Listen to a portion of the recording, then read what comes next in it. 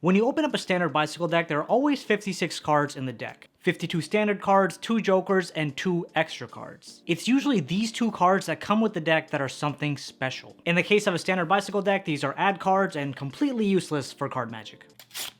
But in many custom decks, there are Gaff cards that you can really use to make magic happen. And that's what we'll be talking about today, the most common Gaff cards you can get with a deck of playing cards, and tips on how to use them. What up, crew? Hope you're doing well. I've been wanting to make this video for such a long time, but I just didn't know how to go about doing it. I still don't. But I've learned to live with a screw it, just do it type attitude. And I'm not gonna lie, that's exactly how this YouTube channel started. Initially, I was waiting for the clouds to part, the stars to align, just any sign from God. But then I'm like, screw it, let's just do it. And that's how the first video came to be. What's going on, guys? So today I'm going to be teaching you the one-handed cut known as the Charlier cut. And for those of you who might not know what it looks like, this is literally the cut. Not my greatest work, but it was something. And you know what? Screw it, just do it, subscribe. Anyway, I'm getting a little bit off topic, but let's check out some of the most common Gaff cards you can find with a custom deck of playing cards. Oh, and make sure to stick around till the end because I have a giveaway sponsored by one of my Underground Club members, Mr. Felix.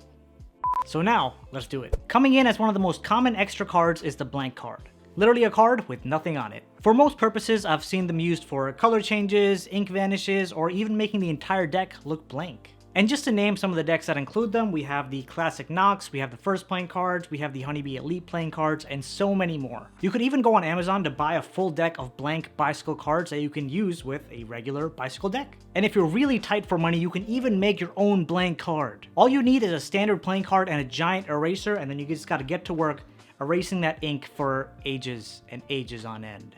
From my experience, just buy the blank card. It makes life so much easier. Now let me show you a couple things you can do with the blank card, all implemented in one trick. So check this out. Here I have a blank deck of playing cards, but if I just give the top card a bit of a rub, we'll see that the ink returns to the rest of the deck. This trick actually works really well on people who aren't too familiar with Magic. All you need is a blank card, as we discussed, and a normal deck of playing cards. You're going to start off with a blank card on top of a face-up deck like so. Take the deck in your right hand and fan it out. Doing it this way, the deck looks completely blank. And the reasoning for that is because the pips are located on the opposite side. So when you take a look, if you spread it out even more, you'll see the pips are located on this side. So if someone were to take the deck and fan it out in their opposite hand, if I could show you there, you can see all the pips are now visible. So that's what this whole trick takes really advantage of, to show that blank deck. All right, so once you show this blank deck, you're going to square it all up, and now you're going to perform something known as an Aden exchange. When you're performing the Aden exchange, all you're really doing is coming over with this card. You're going to push forward. I usually use my pinky to push forward a little bit with this card, so you can see now that the second card has been exposed. Using the palm of your hand, you're going to pull that card out. And you're telling the spectator that you're doing a rubbing motion. If you give the deck a bit of a rub, all the ink will reappear. So you push forward like so, right? Push forward, pull back over here. Right, so you can see this, pull back a little bit. All right, and then you move the card. Once the top part has been cleared of this card, you move this card back a little bit at an angle. Make sure your hand is covering all of it. Okay, and you're gonna bring it right back on top of the blank card like so, pretending to give the deck a rub. And when you release your hand, we'll see the card has now been recolored. And now when you're doing the card spread, make sure just not to spread the second card. But when you're doing the card spread, just quickly go through and you can show the entire deck has been restored.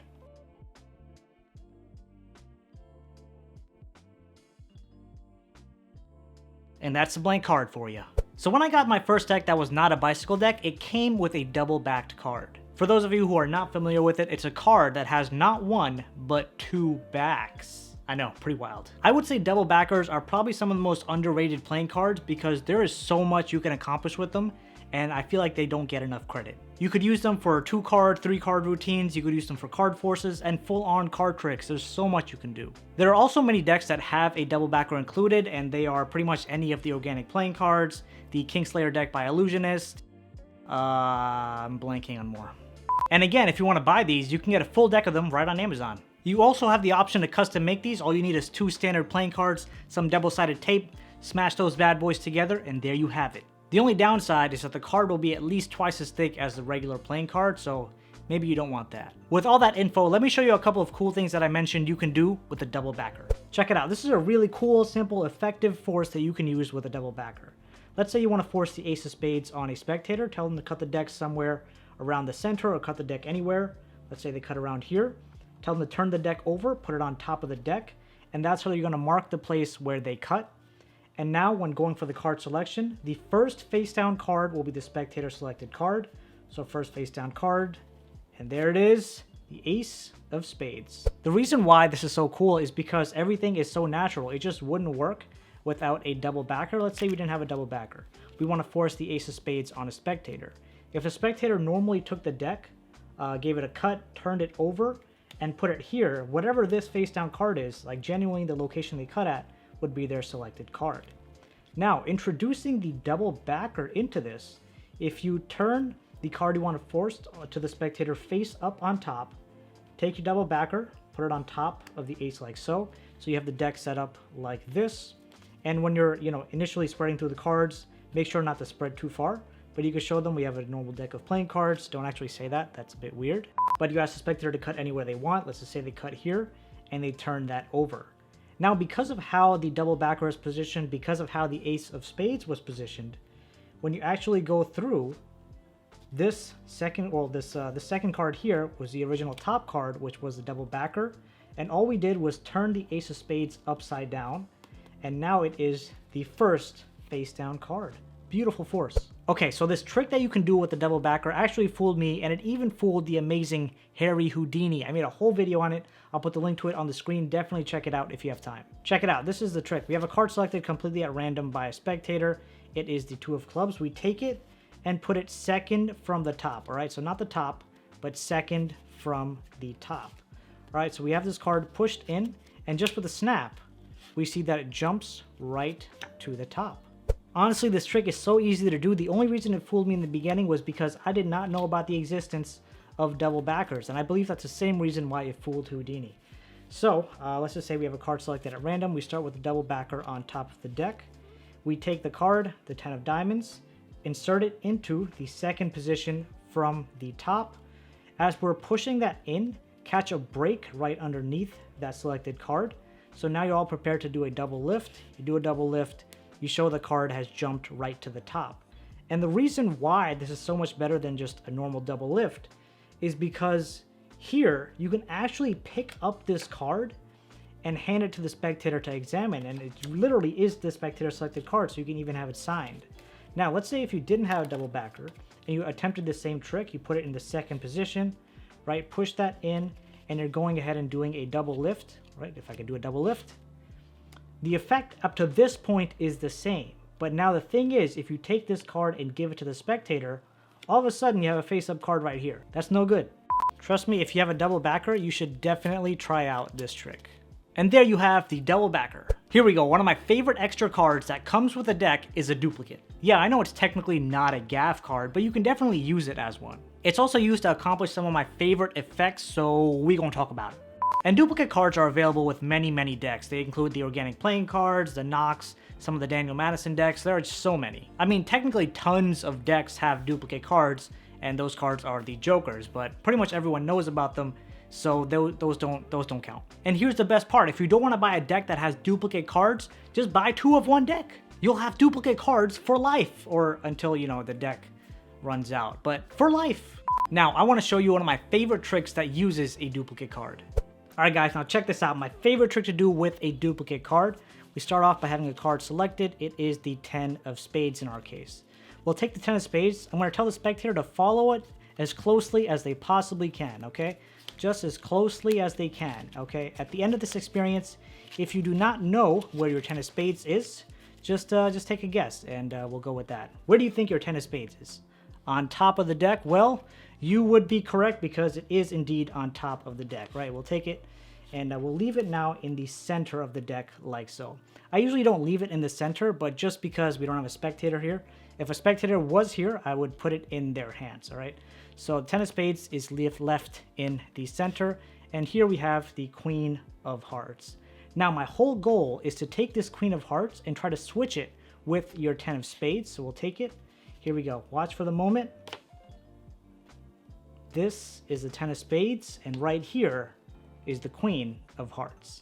Oh man, that trick took me way longer to do at this angle than I would have expected, but here's the quick breakdown. You start off with the queen of hearts on top and the queen of hearts on bottom. If you're using a duplicate card, whatever duplicate card is on top and on bottom, then you have a card selected at random. In our case, it's the 5 of diamonds. You take the 5 of diamonds, leave it on top, and whatever control you want to use, control this bottom queen of hearts to the top of the deck, or the bottom duplicate card to the top of the deck. So I use a double undercut. I grab a pinky break right above the bottom card, like so. There we go, like so. Then I give the deck a cut. I transfer it now to a thumb break. So you can see my thumb is holding that break. Transfer it to a thumb break, give the deck a cut. Put this on top, right? So my break now falls right on top of the bottom half. And then I break the bottom half in half, put that on top, take the card from the break and put that on top as well. So at this point, the cards on top look like this. Your duplicate cards on the outside and the spectator selection sandwiched on the inside. Okay. From here, I just like to do the cardistry stuff just to kind of throw them off a little bit, almost as like a distraction or misdirection. And from here, you want to do either a pinky count, your strike double, whatever it is. You do a double lift, and you show the spectator selected card is still on top. Then I turn that over. I usually don't put it in the center here. This is where literally I took forever to record this because I kept on shifting this up. And of course, this is the duplicate card, not the 5 of diamonds. And then again, do your double lift, queen of hearts, 5 of diamonds, magic move. Oh my god, this is the 5 of diamonds, and this is the queen of hearts.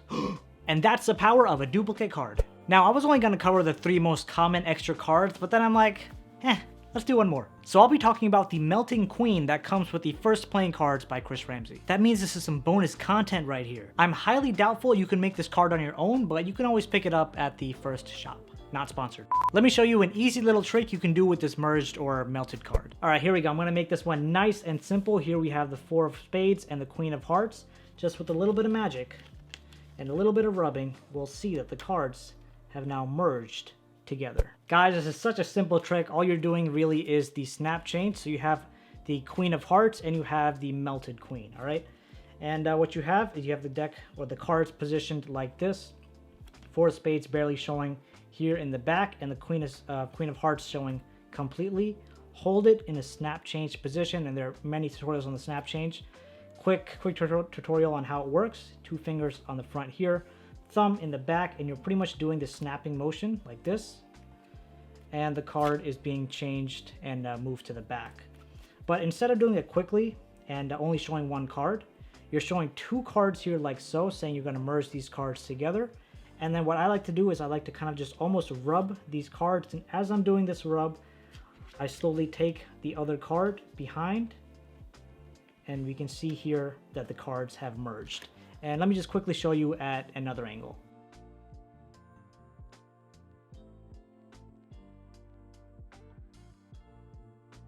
There you have it, some of the most common Gaff cards included with a custom deck of playing cards. Now, as I mentioned in the beginning, I'm going to be doing a giveaway sponsored by one of my Underground Club members. He sponsored 3 decks of Candace Super's playing cards by heading on over to the CardMechanic shop, so huge shout out to you, Felix. And now you're probably wondering, how do I enter this giveaway? It's quite simple, just head on over to the CardMechanic shop and sign up for the monthly newsletter, link in the description, and then comment down below one of your favorite Gaff cards. That's all there is to it, and I guess if you have some extra time on your hands, you can just, hit that like button, because I like you.